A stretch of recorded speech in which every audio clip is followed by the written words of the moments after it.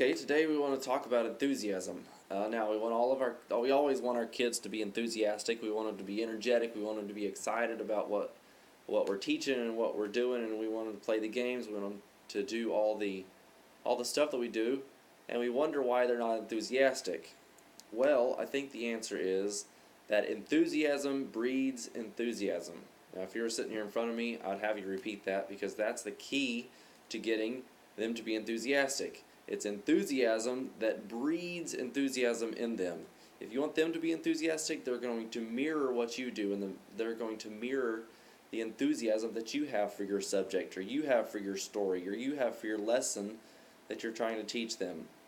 Now we see this in lots of different areas. You see it with cheerleaders. They're in front of the crowd and they're being enthusiastic, and it gets the crowd to be enthusiastic.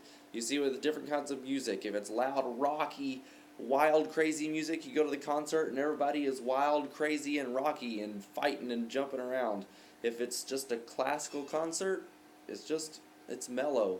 And so make it interesting, be enthusiastic, just get into that story and just, with everything that you do, everything about you, not just the story, not just the games, not just the whatever, but your whole demeanor is to be enthusiastic and just engrossed in whatever you do, and let the enthusiasm come out. Now, sometimes one of our problems is we can't be enthusiastic enough. We just are not that outgoing. We're not that crazy. We don't want to be like that. So, what we do is I'll draw a scale over here, and here's where most of us fall in.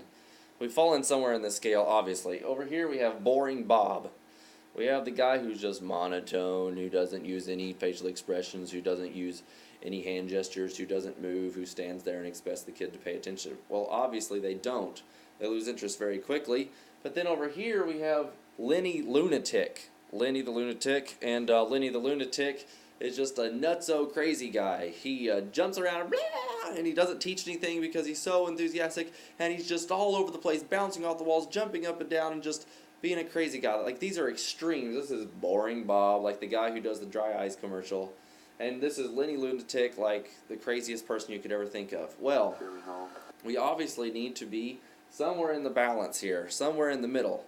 But our problem is, if we're trying to go right here and we're trying to be Billy Balance, if that's our goal, a lot of times what we do when we're practicing, when we're studying for our lessons, when we're trying to figure out how to get the kids to pay attention, we work. Most of us fall over here somewhere so we work and we say, oh, I got to get up to this point. Okay, I got to get up to this point. And then we work in this area right here, and when it's time to come in front of the kids and teach them something, we don't exactly make it to where we were supposed to be. We don't exactly make it to the standard where that balance is. We're not boring and we're not overly enthusiastic. So what I would encourage you to do, not just do practices to get out of yourself. Get down on the floor and bark like a dog. Jump up and just all by yourself, maybe in front of some people, but you have to break through this barrier right here where you can be Lenny Lunatic, because sometimes in front of the kids you have to be this guy to get their attention, to get to grab them. So work at breaking through this barrier and going up here where you have this freedom, you have this movement, you have this ability now. You are actually growing in your enthusiasm and in your ability to capture the kids' attention. So break through over here so you can go back to this, so you can find this balance right here in the middle. So we're trying to be Billy Balance, but a lot of times we don't make it because we stay down here in this spectrum right here. But you have to get the kids, you have to get out of yourself, just get up and do motions, make up motions for things. If it's a song, you don't just have to sing the song. It's easy to make up a motion. If you're going to say go, just point over there. Just whatever motion you might think. Just be engrossed in the song, and you can be enthusiastic.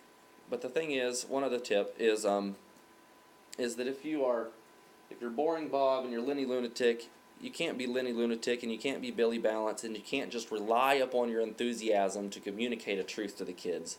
You have to have a truth that you are communicating enthusiastically, if that makes sense. If the problem people have with this, and rightly so, is that they're lunatic and they're crazy and they have the kids' attention and they're laughing and they're screaming and jumping up and down, but they're not teaching them anything. So teach them something and have the facts and be prepared and know what you're going to say, but say it in a way that communicates to them. Say it in a way where you're enthusiastic and they can't help but pay attention and they can't help but smile and they can't help but be with you in what you're teaching them.